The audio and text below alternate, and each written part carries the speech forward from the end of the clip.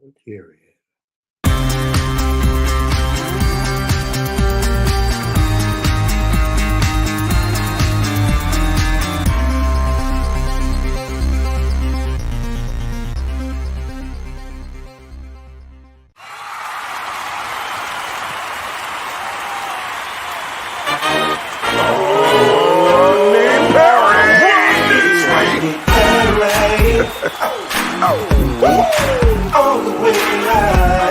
Get ready for America's #1 funny man. What? Hey. Make some noise. Ladies and gentlemen, from LA to New York, Chicago to Mississippi, let's give it up for America's #1 funny man, Rodney.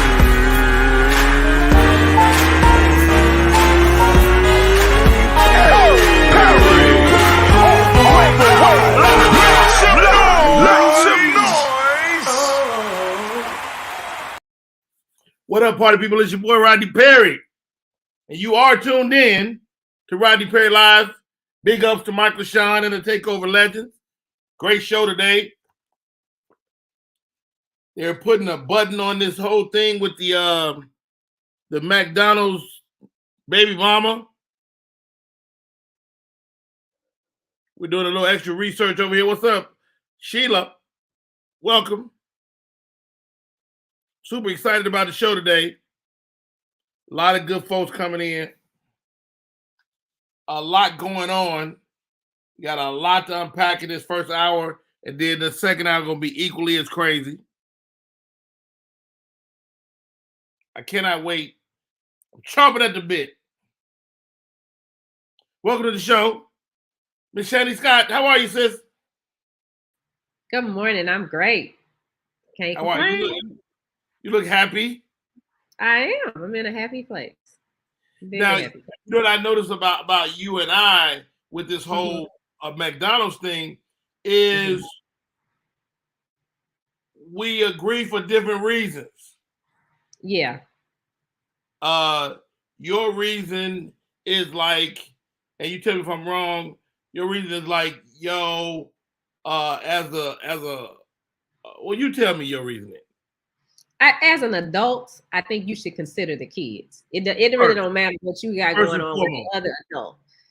Okay, let's do what we need to do concerning these children, and don't do things to put children in certain positions.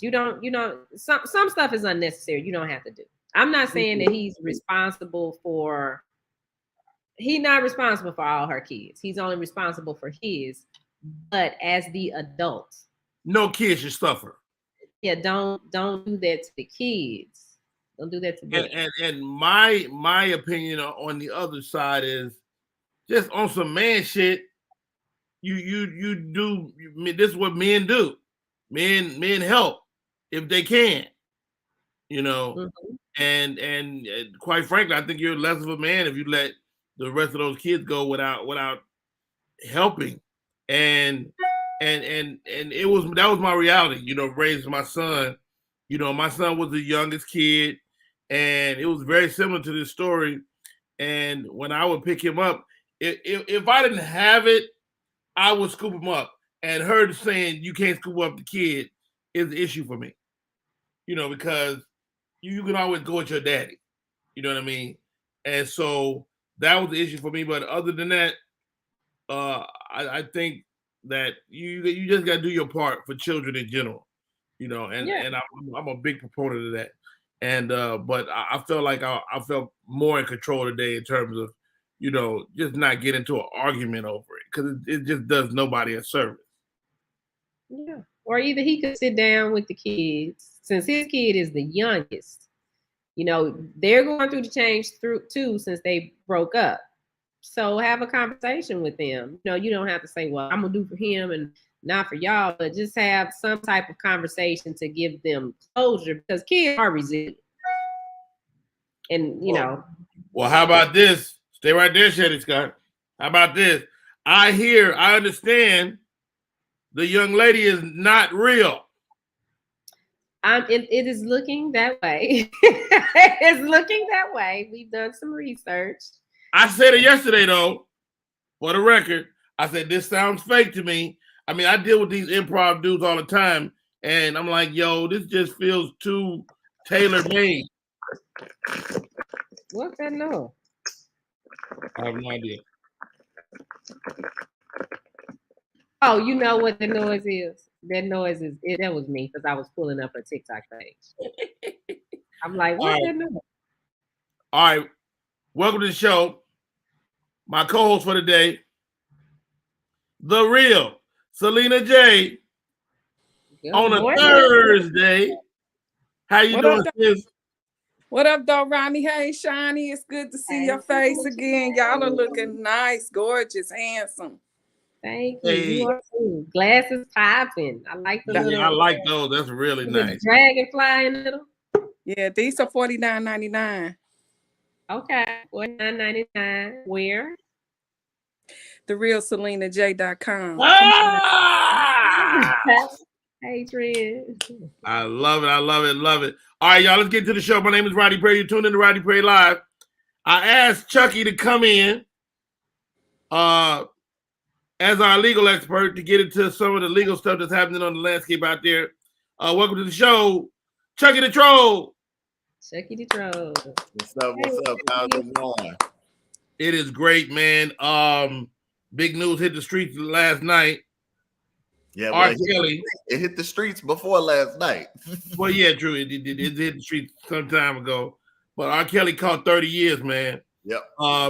Can unpack to me, because he's charged with racketeering. Mm-hmm. He's charged with sexual misconduct. Sexual misconduct. He got 8 counts. He got 8 counts of a sexual misconduct, and then just 1 count of racketeering. But most of that 30 years is simply for the racketeering charge. Really? Yeah, yeah, and so that's very unique. If it's just the sex by itself, he's out in 10. Maybe 8 to 10. And of course, you know, as we're talking about this, he definitely can appeal it, and his attorney already said that they would. So there's definitely going to be a reduction in the amount of time. Don't know how much, but I would assume that it'll probably be somewhere between 12 to 18 years versus 30 upon appeal if he's granted an appeal. Wow. Okay, so but it's not over because there's another case pending too. Yep. So he has another case in New York that's been going on, as well as some things that are happening in Chicago. So in some instances, they can join all of these cases together, and these they didn't, just because of the statute of limitations of both individual cases. So he definitely has some more time that he's facing or could potentially be facing. Wow, this is scary for me, and I'm not ever gonna sexually abuse nobody. But when you see the book get thrown at a guy with all these resources, you're like, what recourse will I have with no resources? Yeah. So definitely stay out of trouble. That's the first place. That's the first piece of recourse you got, is to stay your ass out of trouble. But when you do get in trouble, you definitely want to not deal with minors. It's pretty simple. Right. Wow. Yeah. So you're saying that in that he does have the right to appeal. Well, if granted an appeal, he'll be able to appeal that time. He can appeal the time. He can appeal the judgment as well. So they'll first start substantively with the judgment. So they're saying that some of the witnesses and some of the evidence should not have been able to be entered into the record, which is typically what you're going to see an attorney file an appeal based on the procedure first. And then if it's not the procedure, it's going to be based on the substance if that's not granted. So the substance would be that this crime does not match the time. I believe for this particular crime, they have a minimum maximum statute, which in a lot of cases and in a lot of the cases that involve the Black community, i.e. drugs and sex crimes, they have statutory minimums and maximums.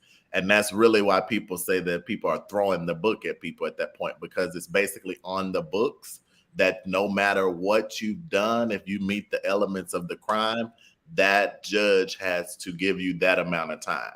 Wow. So unpack this for me, Charlie. Racketeering. I've only heard that in reference to like mafia. Yep. So racketeering is primarily a money case. So typically you'll see the feds or the state government are coming in, they're looking at agencies that are cleaning money through different businesses. So if you look at Power and you saw how they were cleaning the money through the daycare, that's typically where you'll see a racketeering case. Now, attorneys and DAs have become creative, and they're now using racketeering as it relates to other crimes because there's the element of money that's involved in it.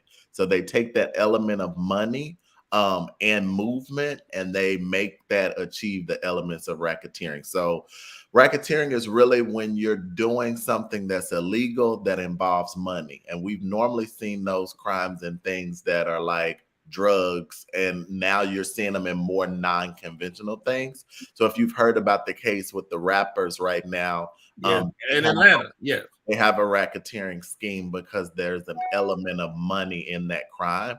And racketeering is an easy case to prove.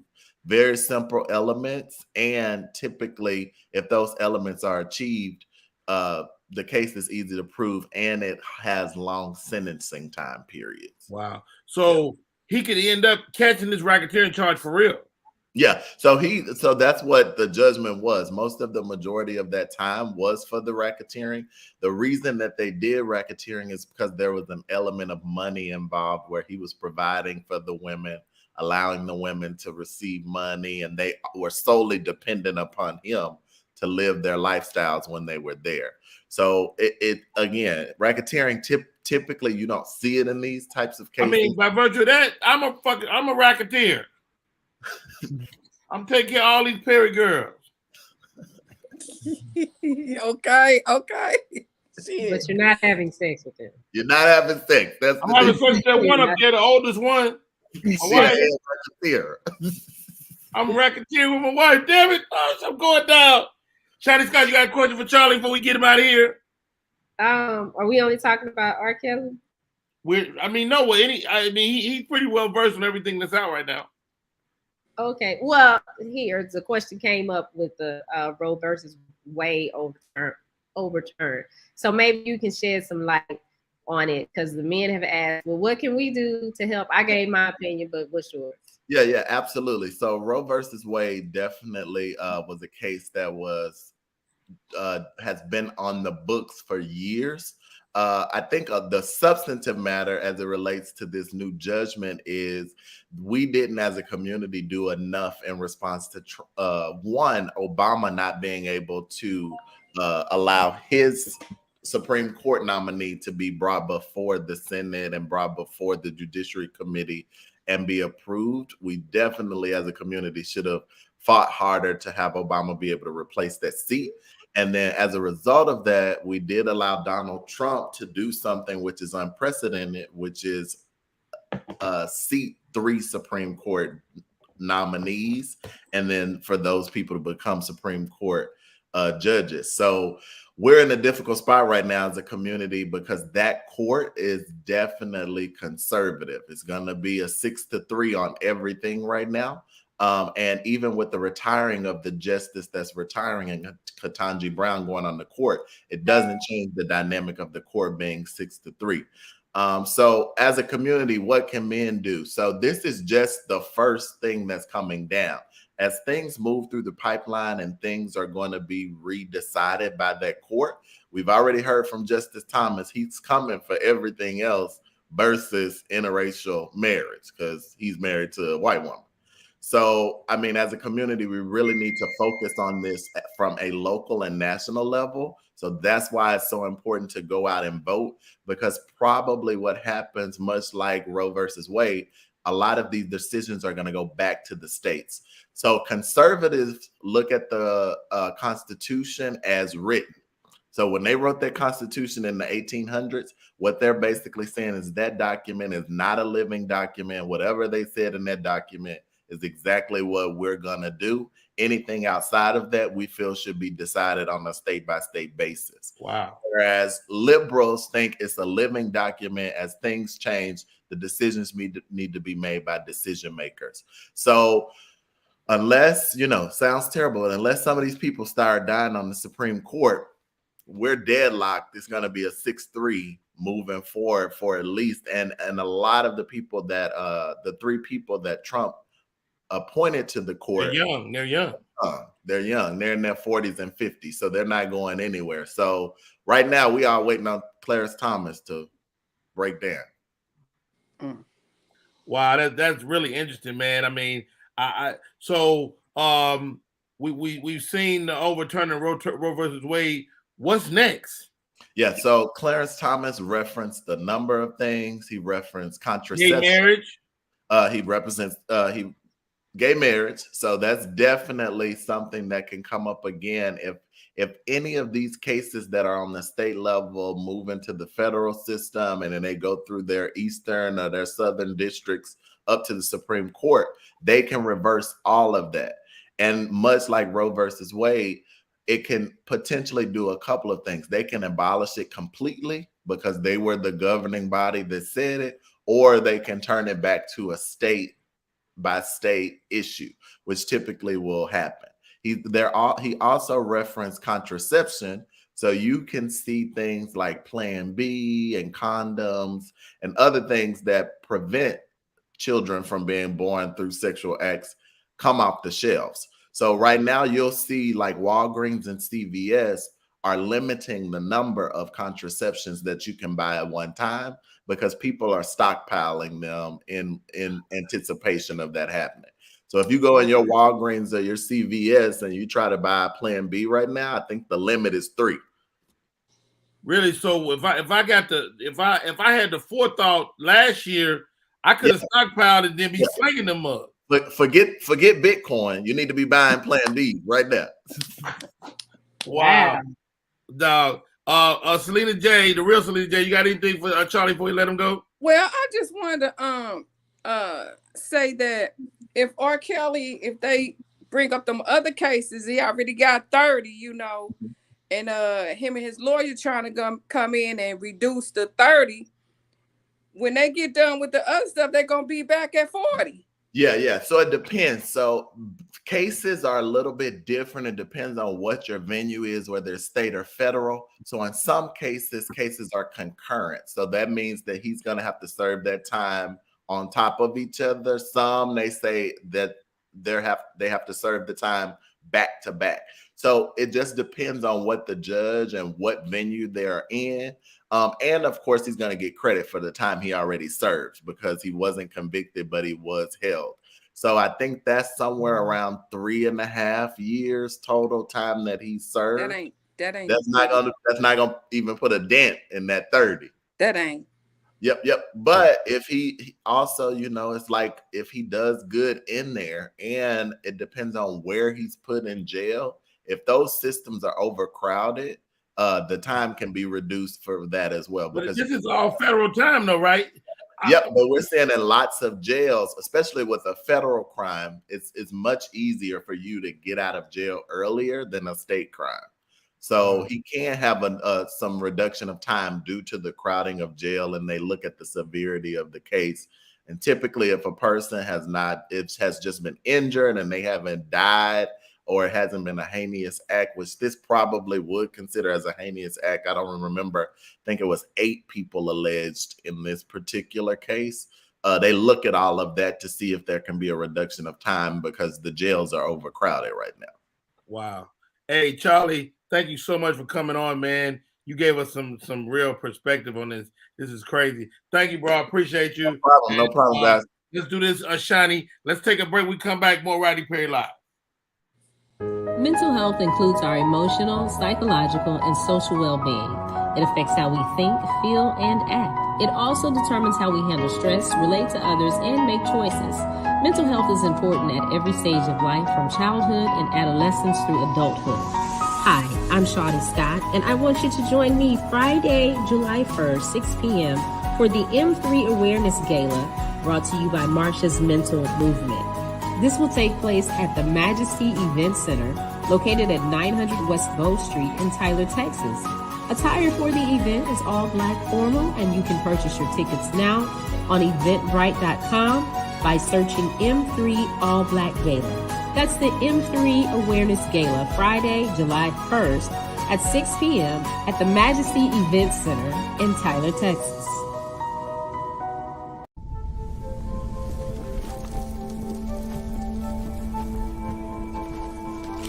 Eva Marie smoked 12,000 packs of cigarettes over 15 years.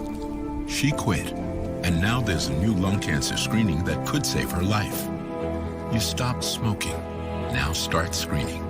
No matter how much you smoked, early detection could save you. Talk to your doctor or learn more at savedbythescan.org. Hey, party people, it's your boy Rodney Perry. You're tuned in to Rodney Perry Live. The name of the show is my name. Let's do this. Shout out to Latrice Harris. Thank you for coming in today. Pamela Martin, Mona Bold, Teresa Bryant. Man, I see you, Jack Ismail, Diane Williams, Kenny Crawford, Eleanor. Man, we got a full house today. Trendsetters in the building. They must have heard that my guest is here. We got to, hey, stay right there, pause. We're coming to you in a couple of minutes. Join me on camera, the real Selena J. Join me on camera, Shani Scott on the air.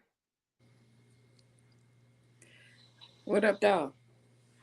Let's bang through some of this current events. Let's see. Did y'all see Serena Williams get a butt whooped the other day? So this was a big deal. This was her comeback, her first time playing tennis since she had the baby. She made the comeback, but she got beat in straight sets against this young lady that was ranked like 15th in the world, which these people she would dispose of easily. So the question came up, should Serena retire? Right? What are y'all thoughts? Serena Williams, she's been kicking butt in tennis for, almost 30 years. Should she retire? Shani Scott. That's her decision. I mean, she's Serena. I mean, what else she got to prove? She ain't got nothing else to prove. She's gonna lose every match. She's Serena. What? I mean, what? Right. I think she's still competitive, but I definitely agree with that. The real Selena J. Thoughts? Yeah, Selena J. Serena. She should be who she want to be. If she want to stay in there till she 70 and she could really, hit it. Because, it's a lot of people that's in their 80s and 70s. They look good. So I think she should stay. The article I read said she should call it a day. She's already made $260 million. She made $45 million last year without playing no tennis. Why don't we ask Positive K? Why don't we bring him in the conversation? Positive K got to wait. Right. Let him wait. Because I got something for him. You stay right there, Positive K. But we got a time schedule that we got to stay on too. So that's why I'm like. Oh, I got Positive K at 20 today, don't I? Yes. I do. Yes. My bad, Paz. I'll bring you up in a couple seconds. And she's also a minority stake owner in the Miami Dolphins. All right, perfect. Let's do this. What's up, Ismail? Let's bring up Paz. Y'all get out of here, ladies. He's kicking us out. I gotta go. Ladies and gentlemen, hip hop royalty, the legendary one himself, Positive K. How are you, sir? I'm great. No complaints, man. No complaints, man. It's good to see you. Hey, man. Before T.I. decided to get into comedy, Positive K did. And I would even venture to say you were embraced way more than T.I. I mean, we love you. Comedians love Positive K. Why do you think that is, bro? Well, I mean, hey, I like T.I. myself. I'm embracing him. You know what I'm saying? I want to see him keep on going and doing what he's doing. I want to do it together. You know what I'm saying? Let's get on the road and let's make it happen. But You know, I think T.I. just came at a different level. I came in from the straight from the ground floor. I just wanted to be like one of the guys. You know, I took my time. I stood online. You know, wait for them to call my name. You know, I got bumped. Hey man, we can't get you that matters though. That matters, Paz, man. Yeah. I mean, you are a brother, man, and you didn't try to circumvent nothing, and that's dope to me. Yeah. I was in the pits. I was in the pits with the other guys and the new guys coming up, and hey man, you know, they like you. Hey man, it's a couple of jokes. Hey, we ain't feeling it. Come off the stage, you know, and I sat there, you know, and I put the work in. And I think people respected that. Comedians like yourself, the Marvin Hunters, the Zoo Man Millers, all the guys who helped me out along the way, you know, and say, hey man, do this, do that, work on this, you know, and you know, I got good advice from good guys too, you know. So, ladies and gentlemen, we're talking to Positive K. Dude, you a legend, man. You know, that's what the head say. I had to stop and go. Positive K is my friend. Yes. It's crazy. Yes. Dude, you got hit records. Talk to me about your career, man, and just navigating it so easy the way you have, man. Talk to me about how you've been able to do that. It was always up and down for me, man. It was never an easy road for me. I guess for anybody who tell this story, it wasn't never an easy road, but I was always independent. I always came from independence. My first deal was with Independence, with MC Light's dad, you know, and you know, Milk and Giz and those guys with Top Billing. It was an independent. I left from there. I went independent, and then when I finally got my deal with a major company, I was independent, and then I did my own promotions.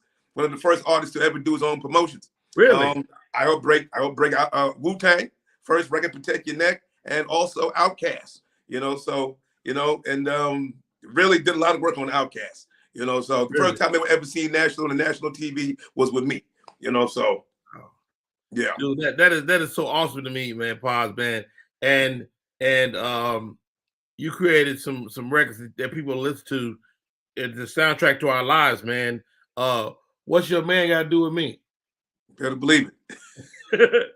Yo, talk to me about like making a hit record, man. Do you know it's a hit when you first hear it? Listen, you put your best foot forward, man. You pray to your higher power, you know. If the wine is right and the moon is right, you know, that thing hits, you know. But we never know. We all knew what it was. We'd all be multi-millionaires and billionaires, you know. But you put your best foot forward. You follow your gut and you say, this is it. But I knew that song was going to do something for me because that was the one song I mixed it so much. I think maybe about a quarter of my recording budget mixing that record. I flew guys in from London to mix. I flew a whole bunch of people in to touch that record, man. I think probably about 10 major producers helped me do like a version to it, and I just like mixed everything down and pulled everything in together to make that one song. Wow, man, that's so dope, man. And you're still making records. You dropped a joint. You dropped a joint last year. You got stuff in the can right now. Talk to me about creating in this climate of social media. Listen, man, it's an easier thing to do. You know, I mean, I don't need a whole team anymore. You know, you don't have to spend, you're not spending $50,000, $50K, and send somebody to the radio and all that. I mean, bottom line is you can break the record yourself. There's no excuses. I tell new artists, there's no excuses anymore. You know, you got your YouTubes, you got your own social media, you got your own people, your friends, your family. It's just so many outlets that you can just, you know, groups that you can just join and, you know, and post your stuff. There's too many ways to get it out here right now. So I have no complaints. It's fun to do because now I can hit a button and hey, I hit out 100,000 people in, you know, in a post, you know, so that's great. Wow, man. So awesome, bro. You're doing something, man, that I want to commend you for publicly. I know you're taking care of your parents. Yes. And dude, man, I take my hat off to you because I know that's a difficult thing. And dude, God bless you. Because I know nobody says anything about the caregivers. Yes. And you're a caregiver, man. Talk to me about taking care of your parents, bro. Both of my parents are 81. They were living in South Carolina. And my mother was diagnosed with dementia. And she's about in her third stages right about now. So, you know, she's like nonverbal and she's not mobile. You know, so somebody has to be home all the time to kind of move around. So it makes it very hard for me to go on the road and do shows. And I get very concerned and very worried when I'm on the road. You know, like my nightmare is if I come back, if I'm on the road and something happens and I just can't get here. You know what I'm saying? That's like my nightmare, man. But, you know, like I said, man, I put it in my higher power's hand and, you know, I keep my faith and I just keep doing what I'm doing and do my good shows. But they're both 81. My dad he's pretty much solid. He thinks he's the Bishop Don Juan of the senior center. So he goes down to the senior center. I don't know what's wrong with old guy. Why did they put on so much cologne? I mean, I can taste him before when he comes down the hall. I'm like, what? Do you got to use the whole bottle? Wow.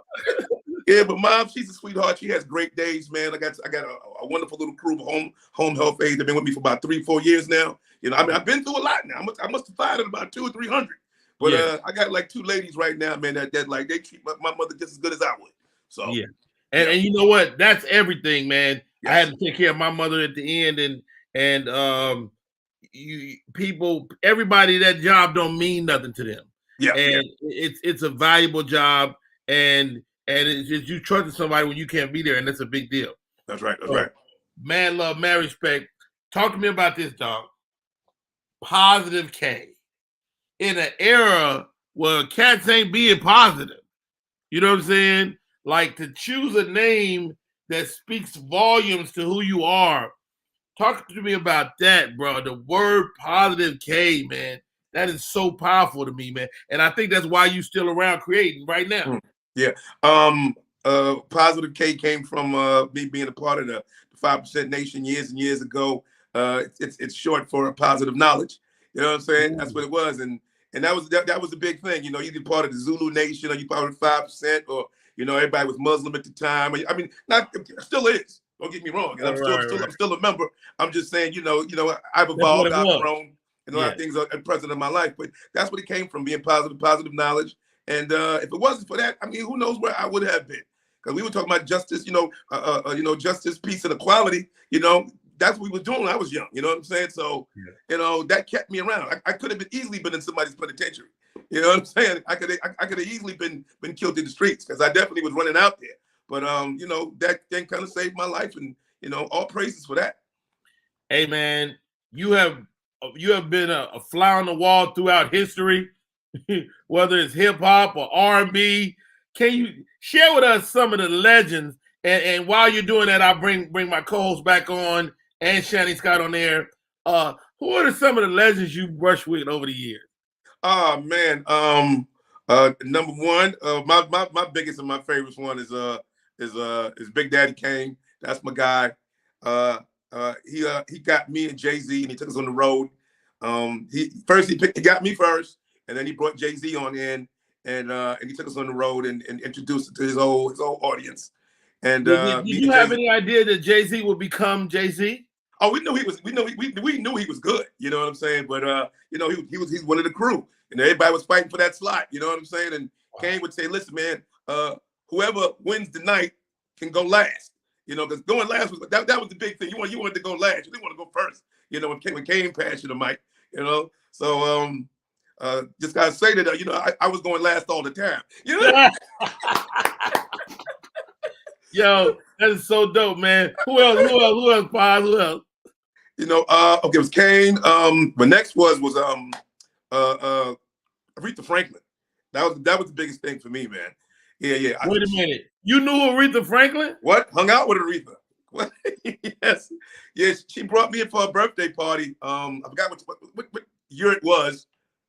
What was a birthday party? I forgot what it was. 60-something, I think it was, but it was in Detroit, and she rented out this big mall, and she hated rap music. She didn't like rap music, but she said, "There's one guy I like, and his name is Positive Cat." And it was so funny because she called my office, had an office in Harlem, and my mother used to work in there. She said, "I just got off the road." My mother said, "Aretha Franklin called." I said, "Ma, please stop answering the phone. People are cranks. People are crazy. Now you're going to think somebody's don't open these doors in here for nobody else. When you in here, you make sure that somebody's here with you. Don't be answering these phones after a certain hour." She said, "It sounded like it was her." I said, "Ma, how would you know how Aretha Franklin sound?" You know what I'm saying? So next thing I know, I go home that night, and I'm watching Good Morning America early that morning, and she was on Good Morning America. And she was talking about rap music. I said, "Do you like rap, Aretha?" She said, "Not really, but this one guy, Positive K." And she said, "What your man got to do with me?" I said, "Oh my God, I was Aretha on the phone. We hung up on Aretha." But she brought me out, man, to Detroit, man. She showed me so much love. I mean, according to Bobby Womack, it was something else. Because it was Bobby Womack, Sarah Dash, the Duke Ellington Band, and myself. And that's what we were doing. And we brought our party in. you know, and her family and friends. Oh, that's crazy. Yeah, she sent me so much flowers, man. I had to change my hotel room.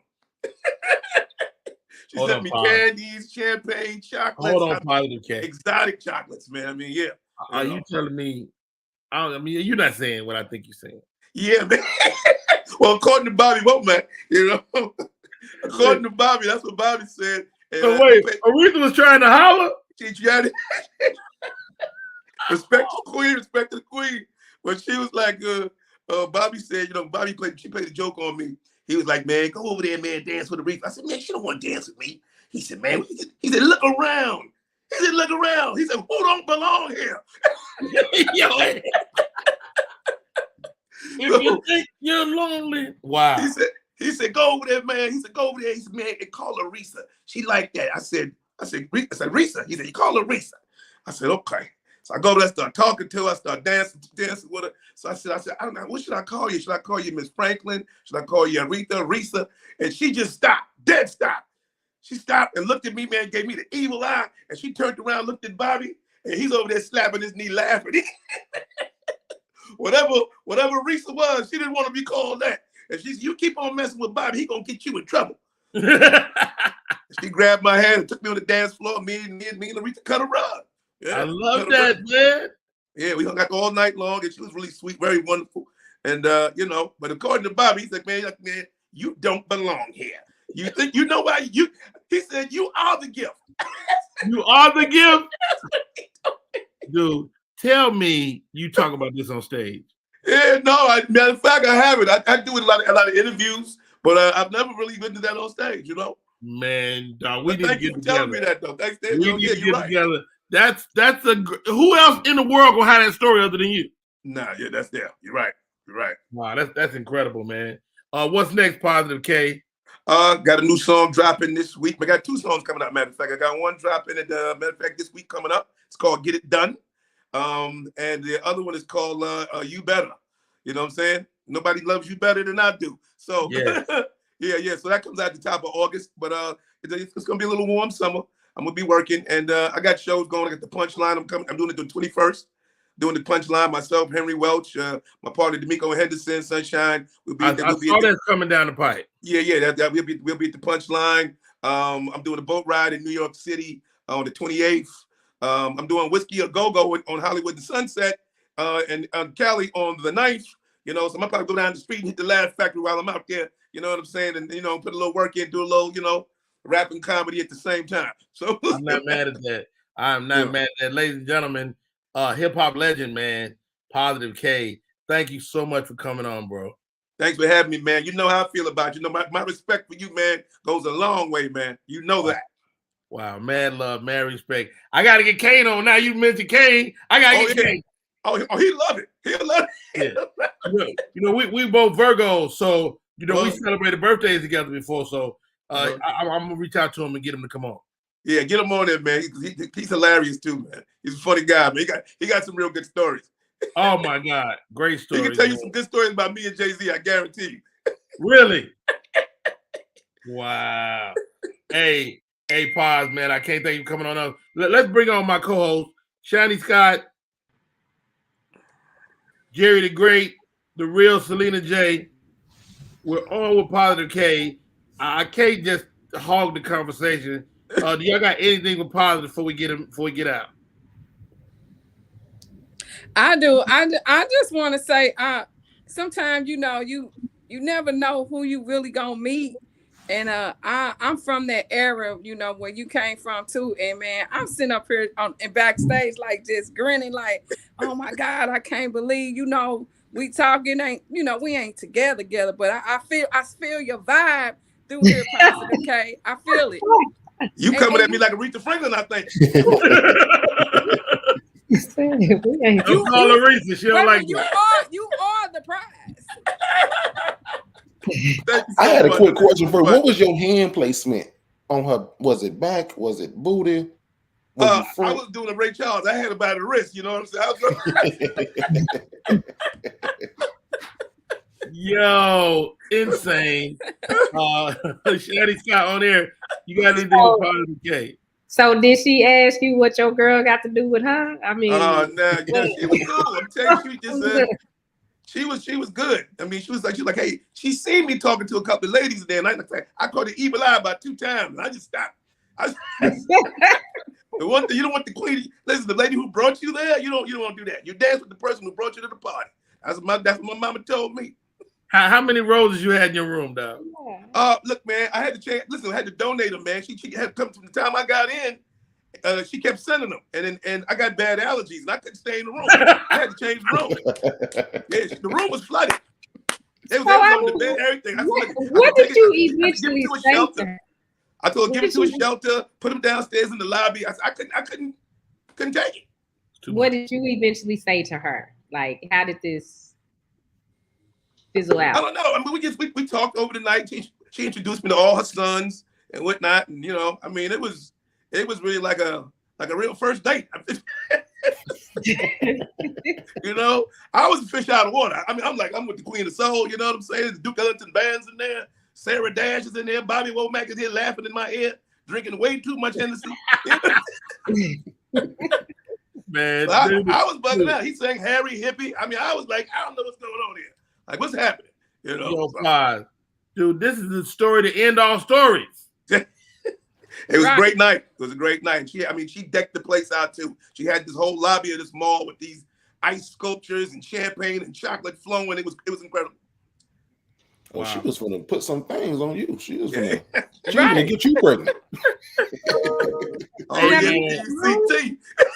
Again, Positive K on the Rodney Perry Live, man. Thank you so much for coming on, man. I really appreciate you, Paz.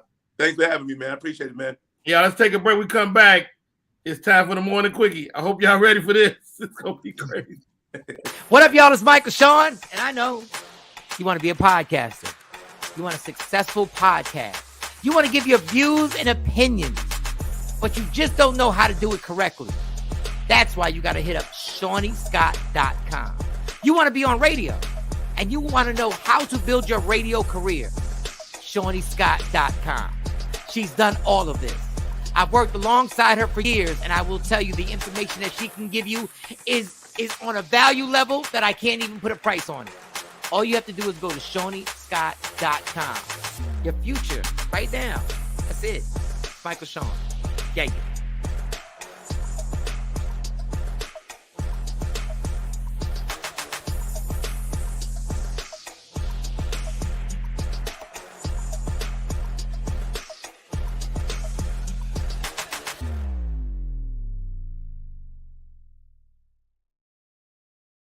What up, y'all? It's your boy Rodney Perry. You tuned in to Rodney Perry Live. If you want to follow somebody and they show you how to ride, this is the lady you want to follow. Lady, you got bad knees, trying to figure out what to do. This lady will show you what to do. Welcome to the show. We call her segment the Morning Quickie. She's got the sun cascading off her face right now. Show some love for Miss Sherelle E. Thomas. Hello, great morning. I was trying to move so you guys can see me better, but the sun, I just can't get enough of it. Let's let it happen.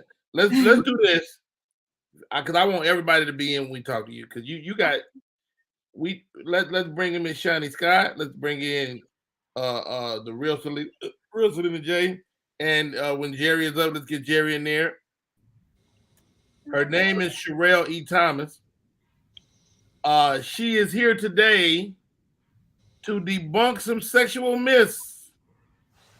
Okay. Already. You guys feel free to chime in as well, like if you have any.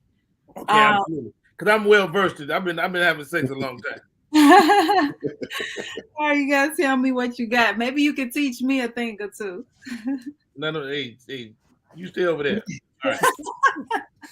You are hilarious. I did see you do that video though, where you were showing women how to ride. With it meant they wouldn't hurt their knees. Yeah. It definitely helps. I say women just lazy. It's not lazy. That hurt. Sure do, especially when you got water on the knee, Rodney. Come on, huh? You got fluid around your knee. Got water on the knee, baby. Shannon Scott ain't got no water on her knee. I don't. Do your knees hurt? Do you have a problem riding with your knees, Shawnee Scott? Well, no, but I guess I don't know. I'd have to see your video to see what position you're actually in. Look up, pull up a page, Shannon Scott. All right, let's start it off. Go ahead, Sherelle. Give it to me. All right, so I want you guys to tell me, is this the truth or not? Like, is it a myth or a fact? But you can't. If a guy pull out, you don't have to worry about getting pregnant. Jerry the Great. What I heard was you can't get pregnant. If you did, they'll make the babies you want. They come out a little. That's what they say. That's what they say. What's that? That's how they come out. All right, Selena J, what's your thoughts? If you pull out, you good or not? Yeah, I'm good if you pull out. No, the question is, if you pull out, can you get pregnant, right? Oh, that was the question. Okay, I was kind of lost. If you still could get pregnant because some of that could sip on in there, and you still could get pregnant. All it takes is a drop. Y'all know that. What about you, Shani? What you think? I think just because they pull out don't mean you can't get pregnant. Rodney? Well, I got some of the most powerful semen in the world, so I know for a fact. If I'm anywhere, I'm anywhere around the vagina. But if the short answer is you can get, and that come out before everything come out. Say that again. You froze. Huh? You say that again. It froze. Oh, I said you can get pregnant off pre-seminal fluid, which comes out before you even ejaculate. Yep. Right. That's the accuracy. Yes. So it is a myth that you cannot get pregnant from pre-ejaculation. You can get pregnant from pre-ejaculation. My first son was actually conceived from pre-ejaculation. He didn't even finish. So when I went to the doctor and he was like, "You're pregnant," I'm like, "How?" But I learned the hard way. So that's one. Told y'all. Now hold on. Let me ask you this. So, so you pull out, you shoot the air, right? But you could be already. It could be already over. Yeah, pretty much. You do lessen your chance of getting pregnant, no? Lessen it, yeah, definitely. Because if you leave it all in there, then that's like overflow. But if you take some of it out, it decreases the odds. However, you can still get pregnant from pre-ejaculation. Oh, goodness gracious. Okay. That just didn't make sense to me. What, the pre-ejaculation? Yeah. Because if you, if it kind of, hit you like that, it's down off up in there. It only take one. That's it. Just a little bit. See, all that in between stuff, it none of that matters to me. If you having sex and he want to pull out real quick, he ain't quicker than the sperm. He ain't quicker than it. He ain't quicker than it. Is that right? Quicker than it? Quicker than it. All right, what else we got? All right, the next one is men think about sex every 7 seconds. Yeah, I believe that. 7 seconds? 7 seconds. Jesus. What were you doing with that day? I gotta work. 7? I believe that. I believe that. You want to Johnny, what you think? I don't know. Every 7 seconds? I think they think about it a lot, but every 7 seconds, I don't know. Yeah. Every 7 seconds. Every 7. Yeah. There was something on the internet that what you think, Rodney, before I answer? Men think about sex every 7 seconds. All men? Right now, there you go again. Pretty much. Majority. I'm gonna say yes, that's true. You think so? It's not. It's a myth. Okay. They think about it a lot, but not every 7 seconds. Yeah. Every 7 seconds, I think it's like 8,000 a day, 8,000 thoughts a day. but it's more like 1,900 thoughts a day. Like that. Hold on, one more time. Yeah. That's too Yeah, that's accurate. I love it. Another one is you can have a heart attack from having sex. I heard about it. True. That's true. Richard Pryor said his daddy came and went at the same time. Wait, what? Go ahead, Jerry. What you say? No, I had a grandfather who passed away in the act on top of it. Oh wow. You had a heart attack? Yep. Wow. Now I don't know if it was because of the sex, but I do know, like Uncle Rodney just said, came and went same day. Now I will say this: sex doesn't cause heart attacks, but if you got a bad heart and you having sex, you can check the hell out. Yep, that is correct. So having sex actually decreases your odds of heart disease. However, just like Rodney said, if you already have a bad heart, you can have a heart attack from having sex while having sex because of the bad heart. But if you have if you have it on a regular, it decreases the odds of having the heart disease. Does that make sense? I guess. So you saying if you it's best to keep, have more sex? Yes, as long as you have, like that improves your overall health. It helps in a number of different ways. Right. So, and when you think of heart disease, you thinking your blood flow is jacked up. You thinking you probably got a weak erection, and so if you maintain a really good erection, and you in there, doing your thug thizzle, you probably pretty healthy. Yeah. What we doing? Really? This is the video I saw. Yeah, there we go.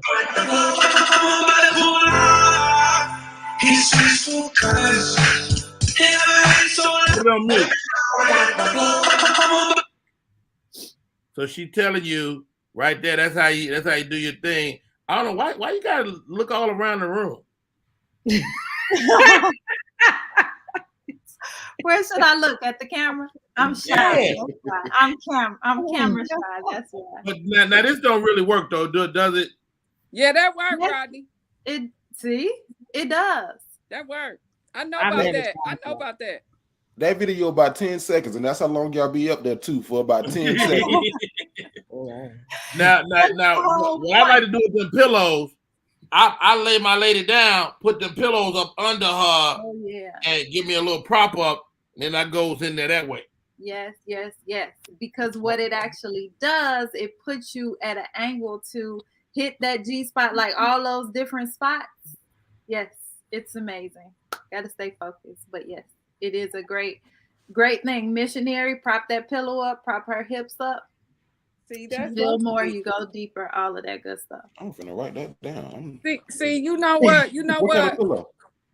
She absolutely right, because see, I'm from the old school and we already was doing that. So I should have made a video back then.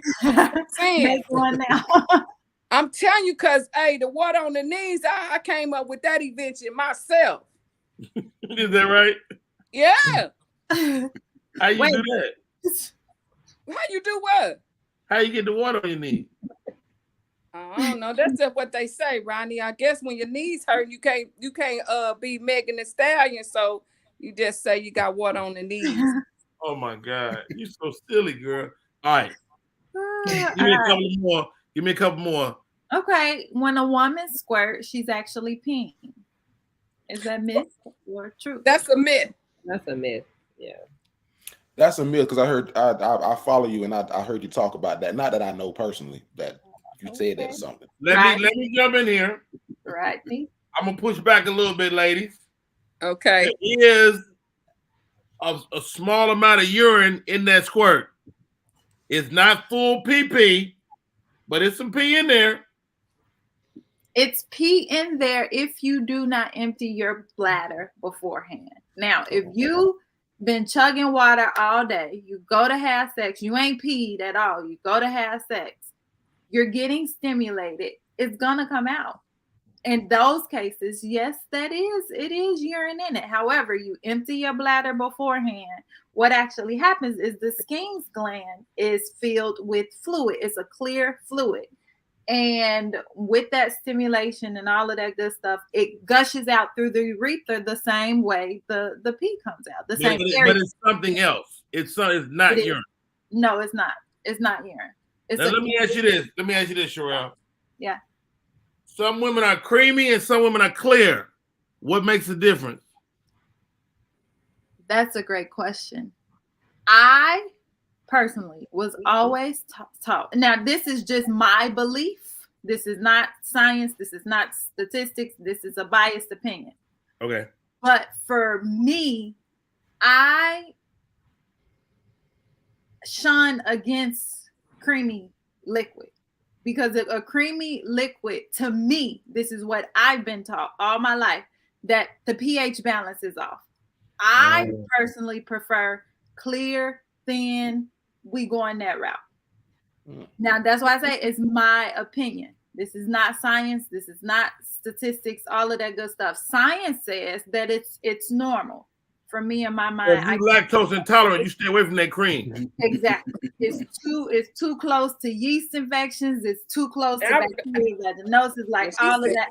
I don't want no parts. Go ahead, Selena J. What you thinking? Baby, when she said cream, I knew then. I said, yeah, you funky. Because that pH off. You see what I'm saying? Because you creamy, you funky. You got to get that pH together. I'm just saying. That can't be true, is it? I mean, well, the little stuff they say, according to my OBGYN, yeah, that's a problem. Yeah. Something, it's not. Something is wrong. Yeah. That's happening. Hey, Jerry, have you ever seen it either way? I seen the swish roll before. I saw it come out a little swish roll, and I ain't know. I was like, "Oh, this is all right." I was rubbing it, and it foamed up on my finger.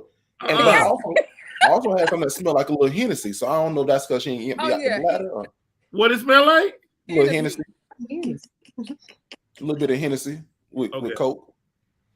And Coke. And Coke, yeah. Basically. Wow, that's interesting. All right, let's go. Go ahead, Doc. Go ahead, Cheryl. Another one is that not all women can squirt. Every woman can squirt. That's your answer. I think so. Yeah. Jerry, what you think? I think so. I think some of them might be scared because it feel like pee, maybe. They scared? I don't think you can stop it. You can't. Some women got mental blocks though. Yeah. Selena J, what's your thoughts? I'm gonna say that every woman can. Every woman can. If you have a properly functioning urethra, a Skene's gland, the right stimulation and penetration, every woman can squirt. Oh, and without the mental block, because that play a major part as well. See, that's why I said that. That's why I said I don't think every woman can. Cause see, we be thinking about what kind of shoes we gonna wear. Did the kids get picked up? We got other shit on our minds sometimes. Yeah. Oh God. And you know what? One thing I forgot to add about the creamy and the cream pie, like what they call it. In porn, they actually take vaginal suppositories and put it up there to make it look like it's natural and to make it look like this is how her body is naturally responding. It's actually something in there that they actually do. But another thing to think about too is think about saliva, right? How your spit, the quality of it can determine if you have bad breath, there's a different type of texture in your mouth and so on and so forth. And kind of think of the vagina being the same way. When your mouth is nice, fresh, and healthy, you got clear spit, coming out. But when you sick, what is it? It's mucus. It's thick. Exactly. It's a different color. And it's the same thing with the vagina. So that's something to keep in mind as well. But the next one is if you're good in bed, you have to have a lot of partners in order to be good in bed. That's true. That's true. That's true. I feel like I just told on myself.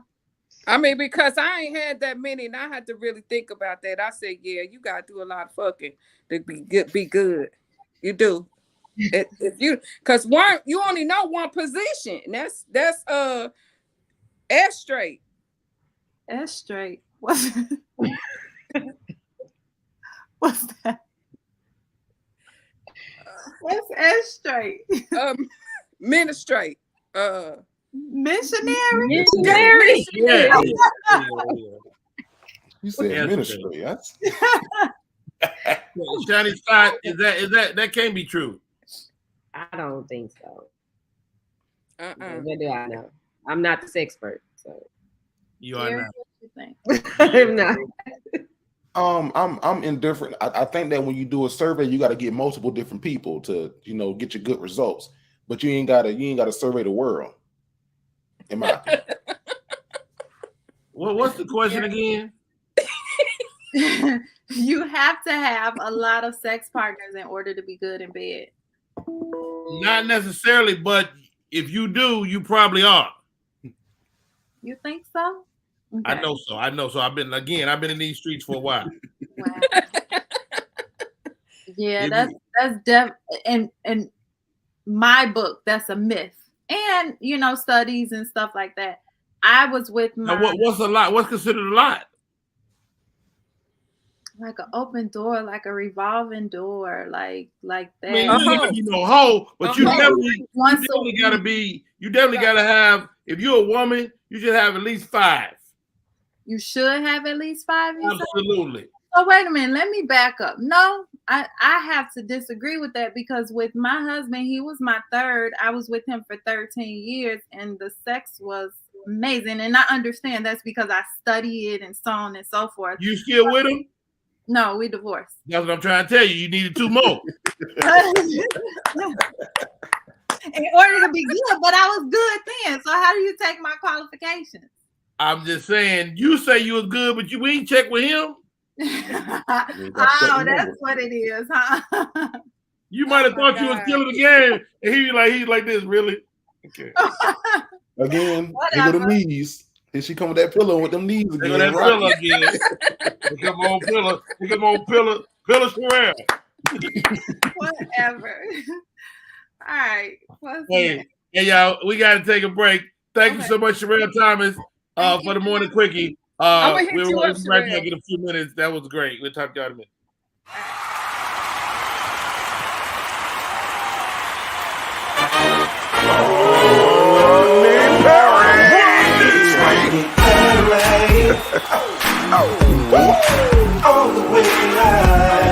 Get ready for America's #1 funny man. What? Hey. Make some noise. Ladies and gentlemen, from LA to New York, Chicago to Mississippi, let's give it up for America's #1 funny man, Rodney.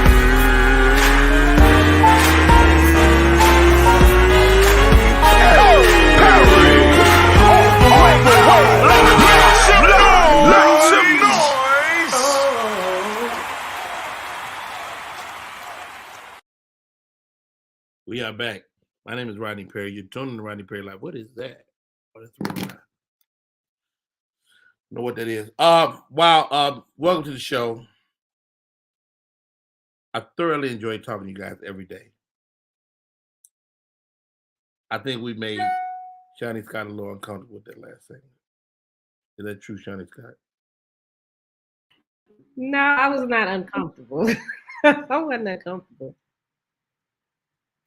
That's just not one of those topics that I go in on. That's all. I know you used to seeing me a little bit more passionate about some things. I don't want to see you that passionate. Joining us, we didn't get to intro him properly. Jerry the Great is with us today. What's up, Jerry? Uncle Rodney, how is it going? I want to apologize, first of all. I'm never late. We just moved into a new house, and I don't know nothing that. So I thought I had everything packed and ready. I came in here to sit down. I don't know my phone, my setup. So I apologize. That's me. Good morning, Shawnee Scott. Nice to meet you. Good See, morning, I can't thank you enough for coming on, man. I've been watching you grow comedically over these past, 8 or 9 years, man. So it's no problem, man. You thank you for making it. Absolutely, And, I appreciate you for having me. Hey, man, talk to me about the podcast, bro. Yeah, we do a podcast called The Dignified Delinquents. We trend every week in the Apple Podcast charts. It's sophisticated ignorance. We talking about things that when you graduated college or when you went into the workforce, you had to become this person who was so professional and growing my career. But at a point in time, I was like, man, I can do both. I can be who I really am and be this professional person at work. I'm a dignified delinquent. So we talk about things in a professional yet delinquent way. Every week, I'm a pride co-host. myself in being professionally delinquent as well. Yeah. So my co-host Vanessa Breeze, we come on every week. We talk about things happening in the world and how they affect us in a comedic way. We've been doing it now for about a good 6 years. So man, we're in a real good space with it. Man, that is very dope, man. And of course, we only been going here for a few weeks, man. But it's an honor to have you on, bro. I really appreciate it. Yes, sir. Ladies and gentlemen, the queen of the sunglasses. She's raised her prices. Yesterday's prices are not today's prices. She is the real Selena J. Welcome to the show, sis. Welcome. I'm definitely dignified delinquent. Definitely. How you doing, Jimmy? Glad to say it. Yeah, man. Hey, Miss Selena, I can't thank you enough for coming on. You tickle me all to be damned. Every day. Just saying. Matter of fact, even when you be in the little comments talking to me, you still be cracking me up. Thank you guys for tuning in today. I'm sorry. I just want to make people laugh, Rodney. It don't matter. Yeah, I love it. I'm waiting for a glass change. Yeah, you're right. It's about time. Yeah. Let's do this. Let's get into entertainment. Shawnee Scott, what you got? Okay, well, I got some sad news, and then I have some, I guess, interesting news. Segueing off of our sexpert, talking about these knees and these Meg Thee Stallion knees. So Megan Thee Stallion has been trending on social media because she blessed us all. I guess I should say blessed us all with her twerking skills on Instagram. I don't quite know anybody that can twerk like that and that actually puts that much time into twerking and gyrating their body. Are you gonna play it?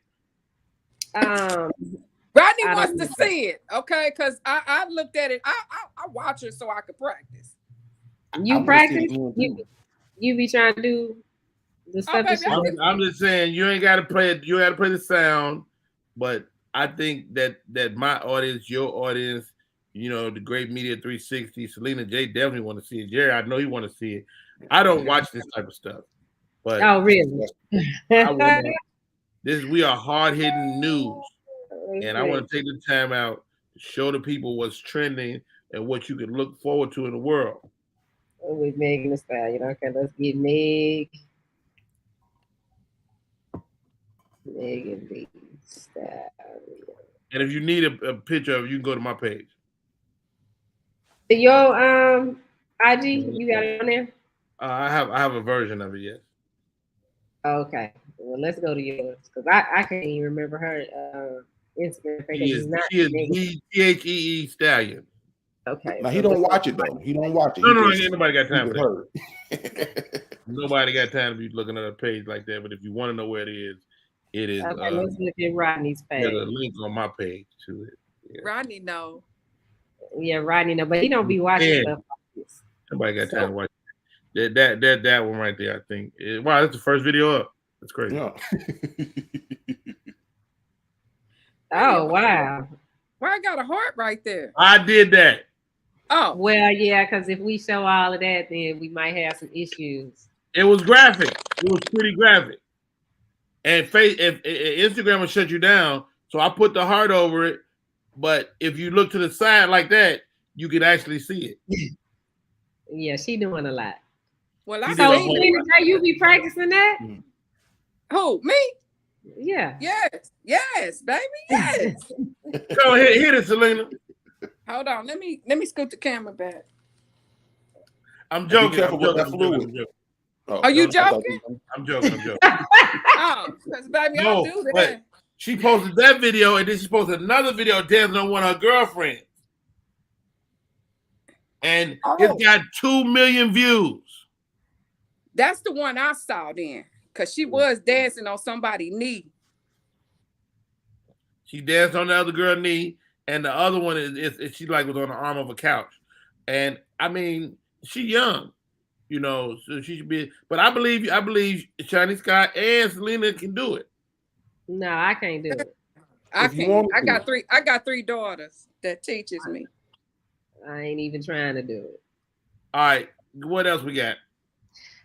Sad news. You know, Big Boy of Outkast. Well, I know I saw this. He and his wife have filed for divorce. I didn't know that. After 20 years of marriage. Yes.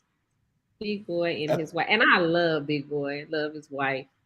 I thought they were such a you know, you don't know what be going on inside of people's marriages and where they are. So people have to do. The understanding is that it's an easy divorce. Ain't nobody being ugly. You know, they've been living apart for a while now. And I guess they just decided to go ahead and end it. Now, they split up before and then got back together. Right. But didn't work. I think they should be approaching empty nesters too. I mean, if they're not already.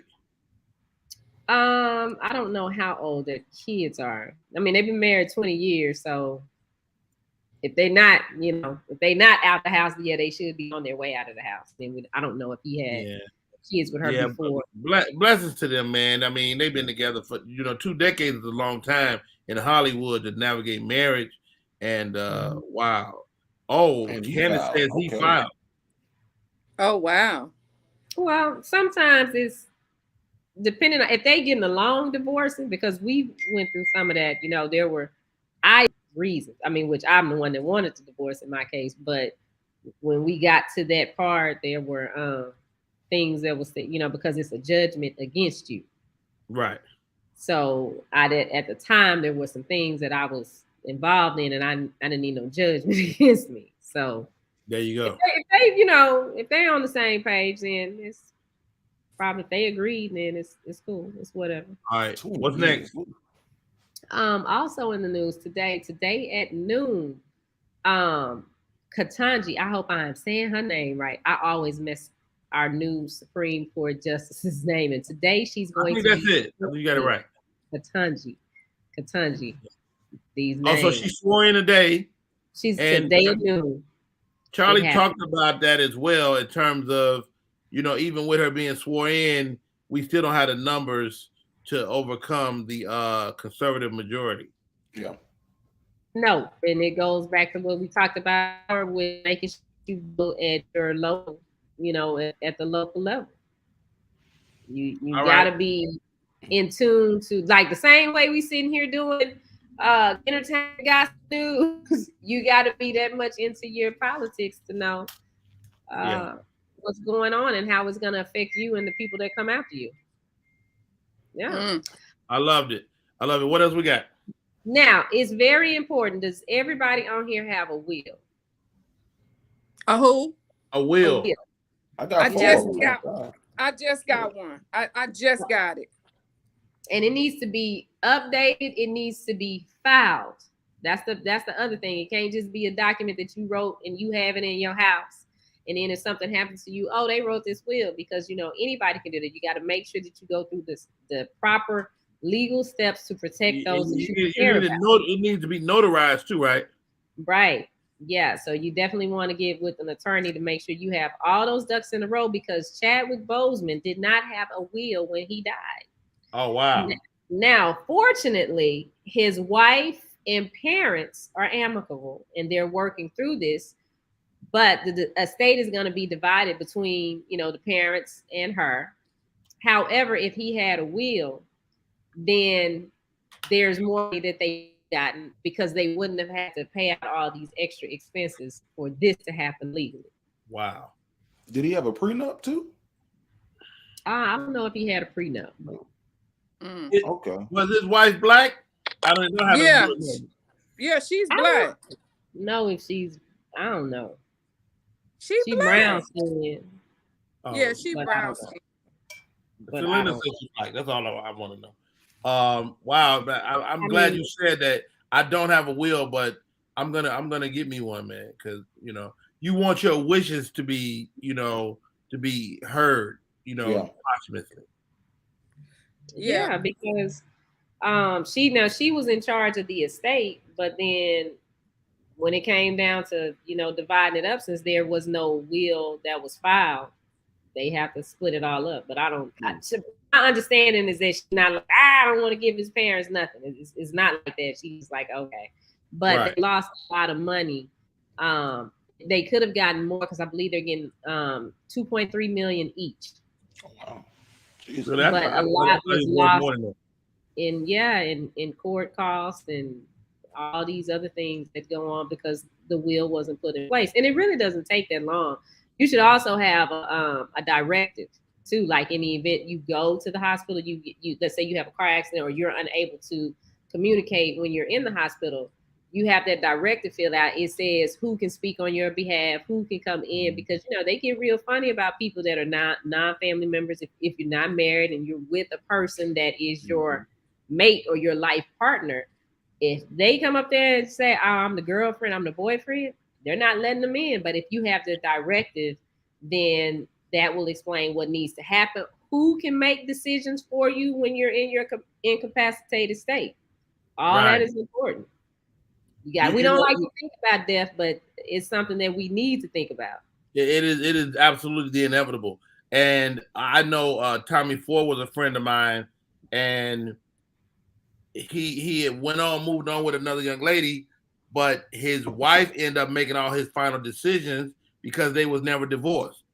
And I don't know if she made the best decisions in all cases, because it could have been there was a choice to keep him on a ventilator for a certain amount of time, and she chose to let him go, and maybe he survives if she doesn't do that. I don't know. Yeah, that was sad. That was real sad. It's crazy. Also in entertainment news, Nene Leakes. Okay, she has this a discrimination lawsuit against Bravo and Andy Cohen. Yes. So yesterday, 2 days ago, another judge granted both a 5-day extension after the defendants requested more time to negotiate the heated dispute. Now they got to August 19 to hash out their legal differences. And Nene is like, I'm not letting it rest. You need to give me what you owe me, and we're not going to accept this kind of treatment. No word back from Andy Cohen and Bravo on how they feel about it. I guess they don't want to say anything about it. But what I didn't understand is, how did it become a lawsuit of discrimination? I mean, well, the idea, I think it is that show is really the flagship of the network, and they start pumping up those other caucus shows, and Nene took exception with that. Now she's not in the franchise no more, and so she's really what they was built around. So she just want her money, and I think she's gonna get it. Well, the first show that they put out on Bravo for the Housewives was the Housewives of Orange County. Right. That show didn't do that. It didn't do what the Atlanta show did. Well, yeah, years later. And so Nene is wanting more money. Okay. Yeah. I see. But Nene has to stay in the news. The girls in Atlanta really set that franchise off. Absolutely. Really it did. I didn't know nothing about any other franchise. I didn't. I thought the other ones came from after her, the Atlanta. No, Shani's right. Orange County was first. Orange County was first. Until they got them peaches up in there. Yeah. Yeah, because I watched Orange County and I was addicted then. Then when they added Atlanta, I was like, okay. And then they started adding each other city after that. I liked Orange County. Orange County, I was hooked. But I did prefer Atlanta over any of the others. Even when they added the Real Housewives of Potomac. Yeah. To me, that one the girls in Atlanta, you know, were more entertaining. I wanted to know more about their stories, but Potomac, they were kind of boring to me, really. Yeah. All right. How many more you got? Well, the only other thing really that's big news is this R. Kelly story, and we kind of talked about that with Charlie earlier. So the only thing next for R. Kelly, my question is, he got the 30 years, but how many years does he really have to do? He got to do 30 right now. If he don't, what did Charlie say? If he don't, what's the word I'm looking for? If he don't challenge that ruling, he gonna do 30 years. Yep. So, yeah, it's already a long ass fight. Yeah, 30 years. That's a long time. He already 55, so he gonna be there till he 80. I sincerely hope not, but I get it if he does. Yeah. How about this? 50 Cent. 50 Cent. His baby mama was pictured with Diddy. Now we talk about Diddy every day. I know which one. Let's see. The one I can't think of her name. I didn't write her name down. The youngest baby or the oldest baby or the big boy? This child is a kid. Okay, so that's his she's like a Latin looking girl. Yeah, she's Asian or something. But 50 didn't even go at him like that. He said, me and Puff might have issues over business, but we do not have issues over women. And you know, for a guy that's usually pretty petty, they said, you know, him taking this high road was really unprecedented. What? I mean, but if it's like, didn't he have that same issue with the boxer Floyd Mayweather? One of his girlfriends was with Floyd, and he made the comment then, well, somebody got to be with him, but he used a different word. He used a different word. I don't think he cared when he done. I mean, he definitely is bros before hoes, I guess, when it comes to that. Here's a picture of all three of them. Let me put this up here. Here's a picture of all three of them. Yeah, this is the little boy that you see on his social media now all the time. This is his mom. Let's see, is this it? No, that's not it. There we go. Here we go. So you can see what she does. She's a pretty girl. I mean, but Diddy is, I guess the question is, how does Carisha feel about this? Well, Diddy don't care what that little girl think. I'm telling you, I told you that yesterday. She got a sign say, "Go on, Poppy." Right. Keep going. Hey, I saw another show. They was talking about that too. It's like, where did she get the sign from? She didn't carry it in on the red carpet. Somebody had it for her. Somebody had it for her. She had a marker in her purse.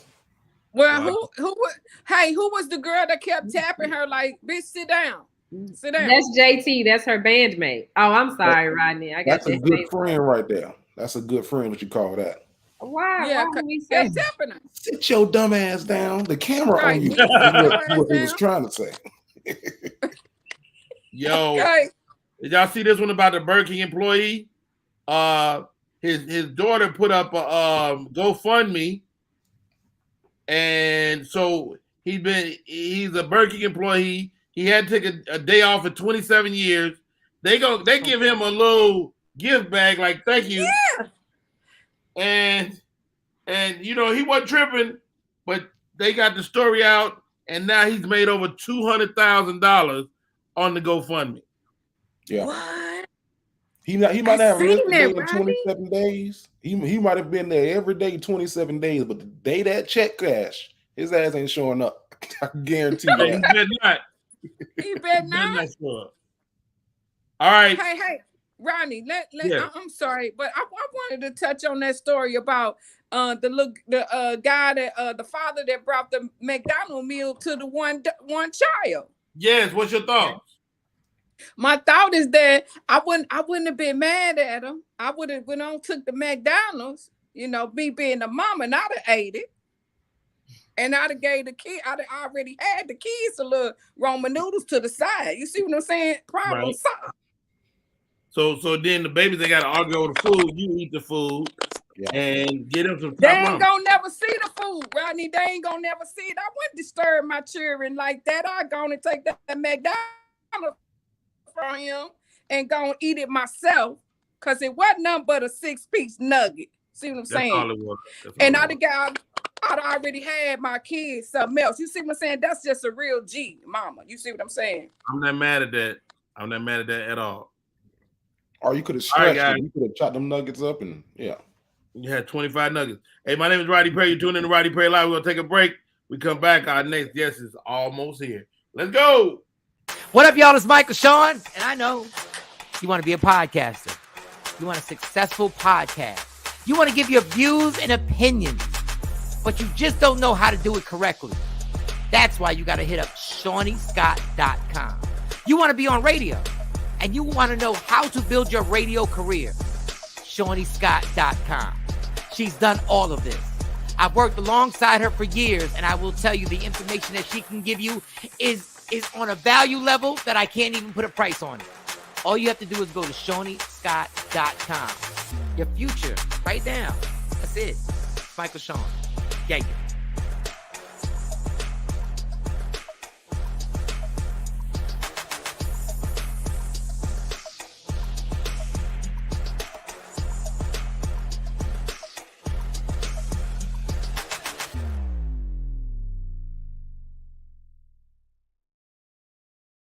Are you ready to kick off your broadcasting career?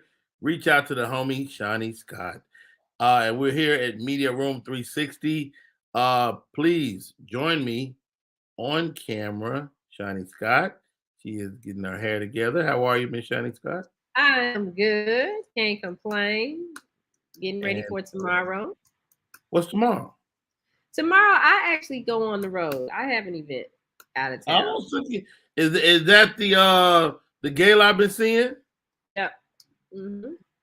That sounds like a dope event. Yeah, it's a mental awareness gala that they're having a fundraiser for, and I'm gonna go and do the opening. That should be incredible. Let's welcome the real Selena J and Jerry the Great. Selena J. What we gonna see you next, Selena J? Well, actually, I'm gonna be at the Uptown tonight. Going up there with a couple of people that's gonna be opening it tonight. So your girl gonna be up there. Nice. Tonight, Thursday, so you there for the weekend? Not the whole weekend, just tonight. Okay. That's dope. Jerry the Great, I see you down there killing them in Jacks. Yes, sir. We just did a couple of shows with Matt Rife last weekend. Really cool dude. Shout out to Matt. I've known Matt Rife his whole career. I told Matt Rife, pack his stuff and get the hell out of Atlanta. Great dude, though. Really good dude. Really good dude. Yeah, nice guy. And funny. Yeah. So we securing some dates for the podcast live show. We do a live comedy podcast. So we getting Jacksonville on the books and Atlanta on the books. So I'm working on that this week, getting those dates lined up so we can. So what do y'all do live? What do y'all do live? We do the show live in a comedic way. So I come out, I do about 15 minutes of stand up, then I bring the co-host out, and then we go into topics. We bring the audience into it. We bring them on the stage. We do karaoke. I do a backflip if I need to make you. We gonna make you laugh before you get up out of us. Right. I love that, man. I want to come see that. Yeah. You know, maybe we can figure that out. We'll do the Rodney Perry live. Yeah. Yeah. But we got so many co-hosts we've had over the years, so we can have a lot of different people. So that could be really great. I like that idea, Jerry, man. I think that's a good thing, man. Especially as you build a clientele. Are you on what platforms can we watch it? You can watch the show on YouTube, and then you can listen anywhere podcasts are played. So Uncle Rodney, man, you the one that gave me the advice that was during quarantine. You was like, man, you can do what you're doing from anywhere. Like you ain't gotta pack up. He was like, if you don't get to work, you might not remember this. I know everybody come to you for advice, so you might not remember. I do, as you saying it, I can see myself saying it. And you hung up the phone so quick. Uncle Rodney got the phone with you in a heartbeat. Hold on, I got a blank. I'm gonna call you back. Yes, he will. Yes, he will. But wait, What happened? That's how you hang up the phone. Like, I gotta go by. Like, wait, and you click. Man, I gotta go blank real quick. Look, in my mind, I be going through the whole goodbye. But it must not be, because y'all not the only people that say that. My kids be like, Daddy, you hung up my face. I'm like, I'm sorry. You better have your questions written down and ready. Cause if my mind just be moved on to the next thing. Man, I be like, damn, I meant to ask him. Well, ain't no sense of calling him back, cause he'd already answered all your shit for the day. Goodness gracious. So wait, also, well, I do vaguely remember that. I do vaguely remember that. Because we were talking about writing, and yes, and man, you told me this. You was like, man, just shoot it yourself, do the work. And from that, I got a I don't want to say a deal, but somebody read it. They paid me a lot of money for that script, and I was like, God damn it, Uncle Rodney. Come on, dog. Uncle Rodney was right. So that's something, man. That's a blessing, dude. I'm so happy for you. That's a real good look. I mean, and as we navigate this business and this life, sometimes you don't know what's coming. And so you just gotta do the work. Like, one of the reasons I wanted to do this show is I wanted to be able to, you can tell people you can do it, but it's better to show them. Yeah. Uh-huh. And they can see a daily that you're willing to put the daily work in that it takes to get a show done. And this lady right here, Media Room 360, Miss Shani Scott, she does this show. She does Mike Sean in the Morning Takeover. She does a show after this. It does a show at midnight to 4 a.m. And it's like, it's incredible. And it's like, she's creating a network, and I'm a friend and a fan. So I'm glad to watch. Thank you. Also, thank you to Candace, who does our booking. She's been killing it. Been killing our booking.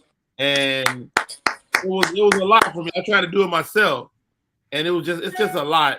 I mean, you think we're booking 2 people a day every day, and then another 2 people a day every day. So we're looking at 4 people a day times 300 and some days a year. That's what. That's He's awesome. It's a lot. It's a lot. And so we got some great people coming down the pipe. Super excited for my guest today as she makes her way to us. Let's do this, Shani Scott. Let's take a break. We come back. Our guest should be in the building. Okay. It came out of nowhere, right? Want your book or music to be published? Skip the confusion and rejections from others. Let bepublished.org publish and promote your work for less. Bepublished.org handles it all, from cover design to worldwide distribution, with high quality and fast turnaround. You even keep rights and royalties. Everything was perfect. You made my dream come true. My book and CD look so good. Call 972-880-8316 now. Bepublished.org. 972-880-8316.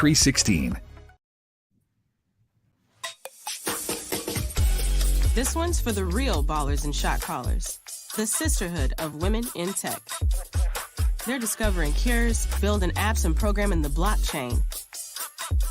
They're CEOs, worldwide hustlers who can make it rain. They're tearing down the old boys club and seeing big gains.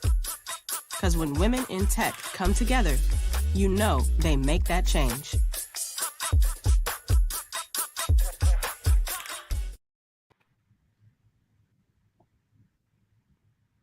What do an aerospace engineer, cancer immunologist, and bat scientist all have in common? We all have cool jobs in STEM fields.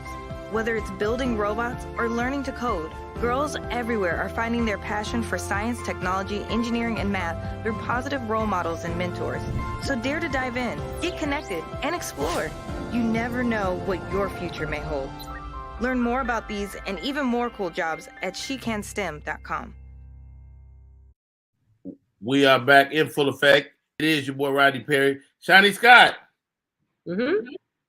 What you eat last night? Tamales. Tamales. I went to Walmart. Did you make them or did you go somewhere and get them? No, we went to Walmart. The girls wanted to pick up some stuff from Walmart, and there was a lady in the parking lot selling tamales.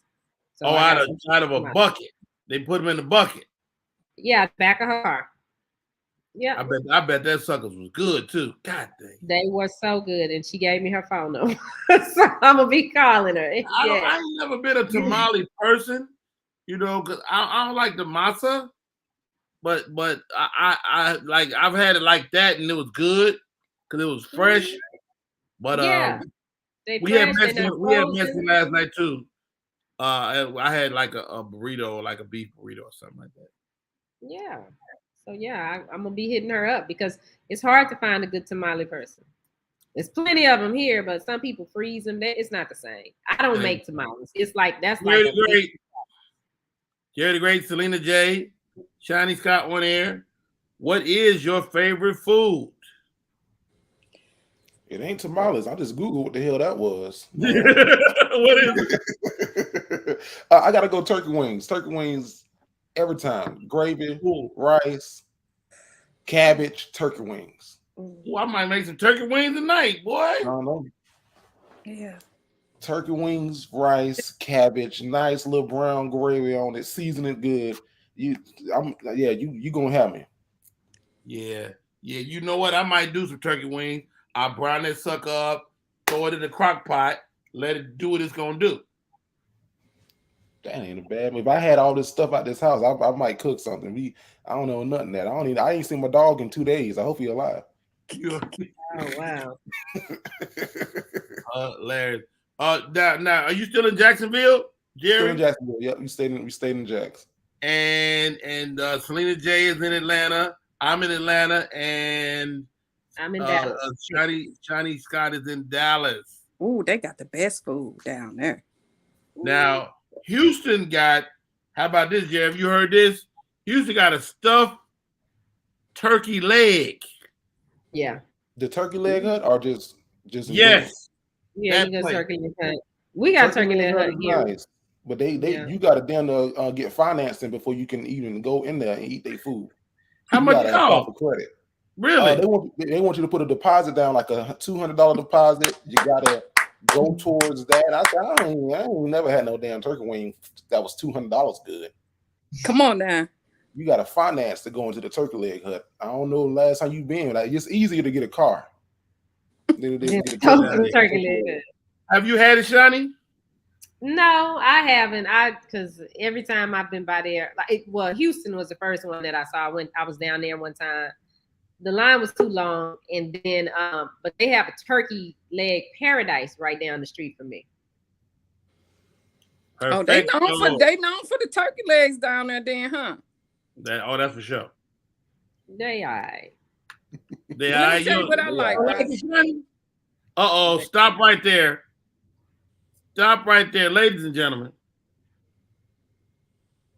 One of the dopest ladies in the business. I've had the pleasure of sharing the screen with her. She's a fabulous actress, but the world knows her as a world-renowned producer, singer, vocalist. She's sitting in a fly-ass chair.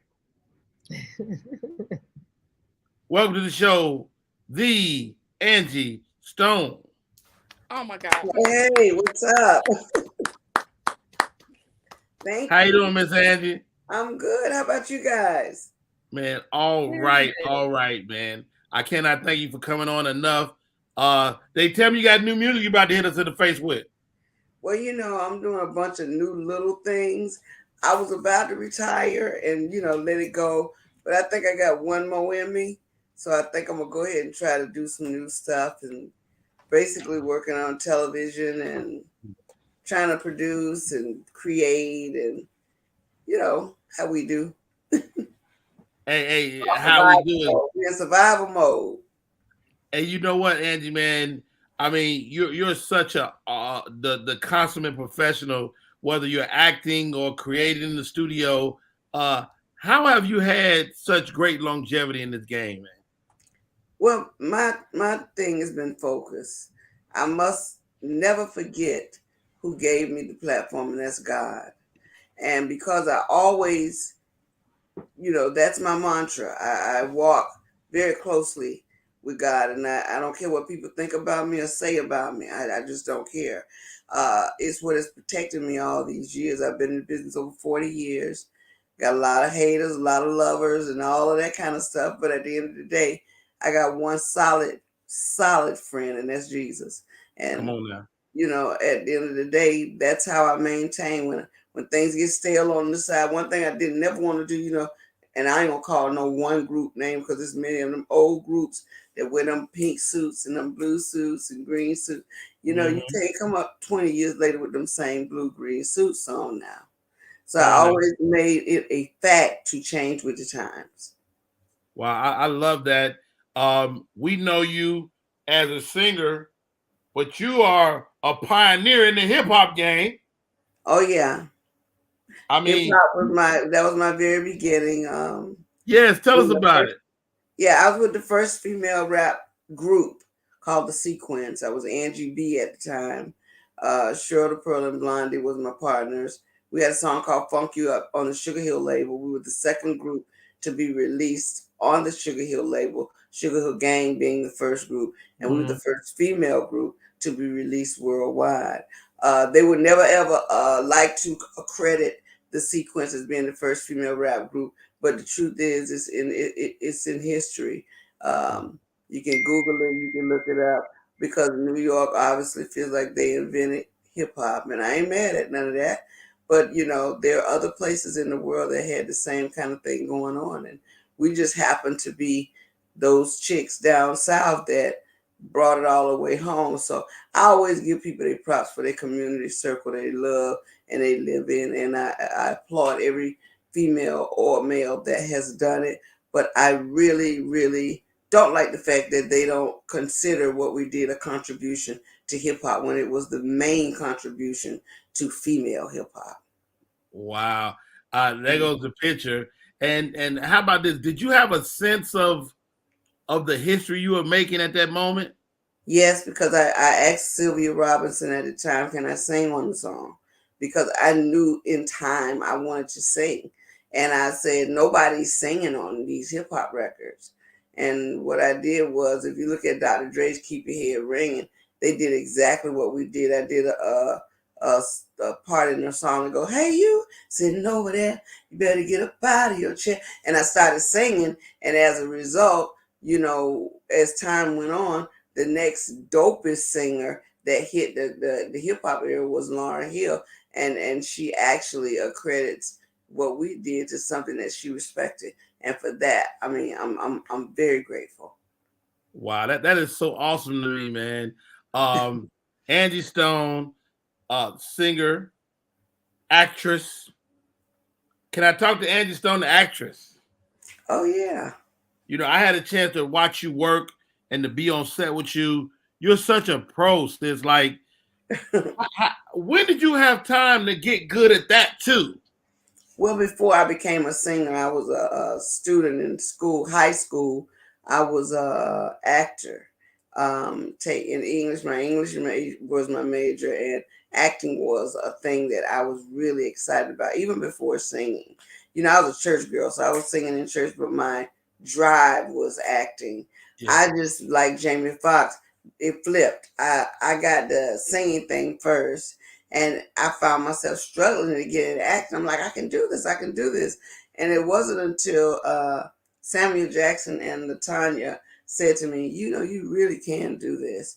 And I really started taking it a little bit more seriously. So, nowadays, it looked like it was taking me forever to get greenlit. And our boy Tommy Ford, rest in peace. Tommy was a firm believer in my work. And so he stuck very close to me prior to dying, just keeping me working. Him, Terry J. Vaughn, yourself, all of us just kind of like peas in a pod, making sure that we kept working in this tough industry. So I haven't gotten that big breakout role yet. I did Fighting Temptations and Girlfriends. I did a few episodes of Girlfriends. The Hot Chick, quite a few Moeshas and stuff like that. But that one breakout role that lets everybody know that I can really do this, I haven't gotten it yet. So I don't know that I ever will, but I'm grateful for the ones that I did get. Wow, such a dope lady, man. You've been living a public life for a long time. What's the hardest part about being Angie Stone? The hardest part about being Angie Stone for the world is me being me. The reason I say me being me is because I can't put on for nobody. I can't fake the funk. I can't walk around here bougie like I don't have problems. I can't walk around here like, you're beneath me. You know what I mean? If I had people tell me, oh, you got to, you see how they do this? You too nice, everybody. You too cool with everybody. I don't know how else to be because you can only fake the funk for a little while and in the real you're going to show up. So the hardest part is just people being okay with me being me. Wow, man. Hey, y'all, this is Rodney Perry. You're tuning in to Rodney Perry Live. We're talking to the great Angie Stone. I want to bring my co-host in and get an opportunity to have a chat with you. Shani Scott is on air. The real Selena J, and of course, Mr. Jerry the Great. Selena, you have anything for Miss Angie Stone? Yes. I'm just excited to see here to be here sitting with you. Okay. I listen to your music. I think you're a gorgeous woman. I think you're courageous. It's a lot of things that I thought about you and it made me just go forward on whatever I wanted to do in life. And then I was really happy to see you on your show and talking about the situation with your daughter. Oh. That really helped me out a lot with my daughters. Yeah. You know how many people have come to me because they've got the same problem. And I was really surprised to know that, a lot of people have that issue with their daughters. And the sad part about it is you don't ever see it coming. It kind of just boom. And one day it's right there. And I tried to grab a hold of, I got to remember I'm Angie Stone. I got to remember I'm in the public eye. I got to remember she's still my daughter. So, I realized, and you probably did too, sometimes less is more. You just don't say anything. Let them have their moment. Just don't say anything because life happens. And when life happens, I promise you, they will eventually run into that brick wall and see for themselves. You don't have to do a lot of talking. Yes, ma'am. Yes, ma'am. Jerry, what you got from Miss Angie? Yeah, absolutely. First of all, it's a pleasure. This is a surprise to me. I didn't know who the guest was. So when you popped on the screen, I was like, Lord have mercy, I'm going to tell my mama. So in 2001, you released your song Brother. And I think, for me, that is one of the most iconic songs just in R&B and soul history. Interesting time to release it in 2001, especially when that song is so potent here today and we can listen to that every day with everything that's going on in the world.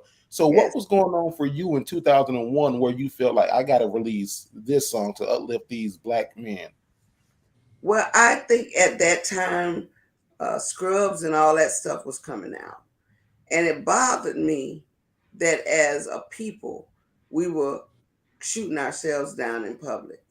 Mm-hmm. And I'm like, wait a minute, that's not the way that everybody feels. Because I had a dad and I watched my dad struggle to be the man. I mean, he's the best dad in the world to me, but it was hard for him getting jobs. But nobody was there to see how hard he tried to get those jobs and how society knocked him down every time. Does that make him a scrub? Absolutely not. He provided meals. He did whatever was necessary that I might have a life. And my dad was not going to be a scrub. So I realized at that time I got to stand up for our men who are victims of circumstance. And as a result, I wanted to change the narrative because had we gotten gone with that, it would have been a battle of the sexes.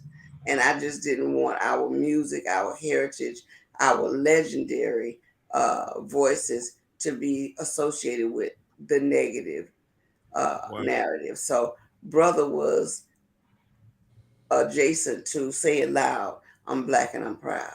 And I wanted to stand up for all our brothers, even the ones that were incarcerated, wrongly incarcerated.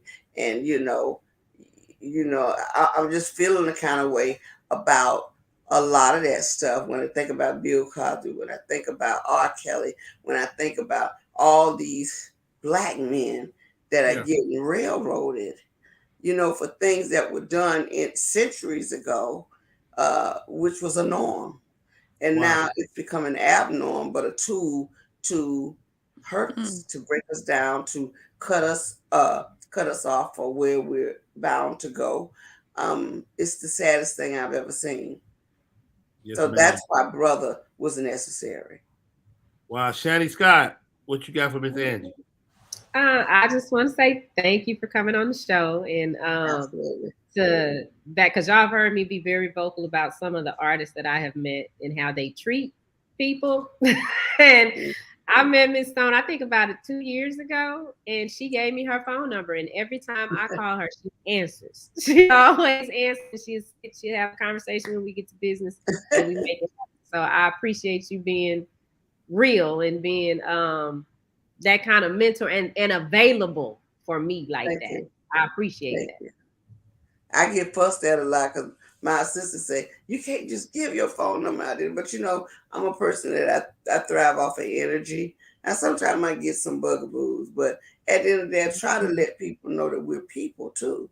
And at the end of the day, we'll reach one and you would hope that people just don't abuse it. All right, ladies and gentlemen, we're talking to Miss Angie Stone. Angie Stone, last question. Yes. What is your favorite Angie Stone joint? My favorite Angie Stone joint. That's not a fair question. Well, I can tell you this. There's two that's kind of like the same thing. Mm-hmm. It's one song called Happy Being Me because it was inspired from me loving me enough to take my hands off of everybody else's situation and just be okay with being me. The other song is called Take Everything In. And if you haven't heard it, it's the words for me. So I just think that, of course we can turn around and get with the ones that everybody loving, Brother, No More Rain, Wish I Didn't Miss You. But the ones that really hit home for me had a deeper purpose. Wow, that's awesome, man. Yeah, I would have bet money you was gonna say one of them other hits. And I know you say No More Rain or Wish I Didn't Miss You. Yeah. Take Everything In and Happy Being Me. As a matter of fact, Donald Lawrence did my song over. The song he did is Happy Being Me. That's my song. So I put it out and 2 months later he redid it with his choir. What's the girl's name? Oh Jesus, the same B. I forget her name. But anyway, if you Google Happy Being, not Leandria. Oh jeez, I'm sorry, sweetheart, I forgot her name. I'm sorry. Woo. You got to Google it. I'll figure it out. Anita. Anita Wilson. Yes, ma'am. She did it over. But I had just put it out and I had done it in London. It was such a beautiful song. And it took a deep meaning for me. I had just come out of the hospital. I'd just been diagnosed with congestive heart failure. And it was the first time I took a look at me because I was giving of myself to everybody, pulling this and doing this. And it was just too much. And I had to stop and say, look at where I'm at. I'm laying up in a hospital bed. And I wrote that song, Happy Being Me. And I decided to change how I was walking and talking and doing what I was doing. And I realized that God gave me another chance. Wow. Mm-hmm. Hey, she is not retired. New music's coming down the pipe. And Angie Stone, what should we look for next? Look out for a new TV show called The House of Flav, which is something I just got greenlit. I'm super excited about it. It's a music-based show, and my co-host is Music Soul Child. All I can tell you is you're gonna love it. I think it's off the chain. My foundation, Angel Stripes, I will be coming to you all later on for some support. It's a foundation where I actually take care of the elderly and love on them a little bit because I think they get a bum rap. So Indeed. That's what I'm doing. Agreed. Thank you, Angie Stone, ladies and gentlemen, the legendary herself. Wow. Hip hop legend, singing legend, acting legend. Thank you, Angie Stone. Love you, sis. Thank you, guys. Have a wonderful day. Wow. I'm gonna call you, Angie. All right, do that. Hey y'all, my name is Rodney Perry. You're tuning in to Rodney Perry Live. That's our show for today. Wow, we just talked to Angie Stone. It go by so fast. I know. Angel.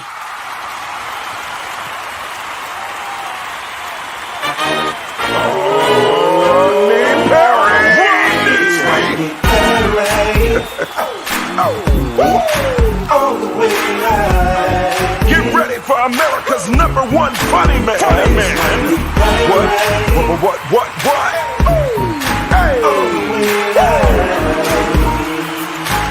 Make some noise. Ladies and gentlemen, from LA to New York, Chicago to Mississippi, let's give it up for America's #1 funny man, Rodney.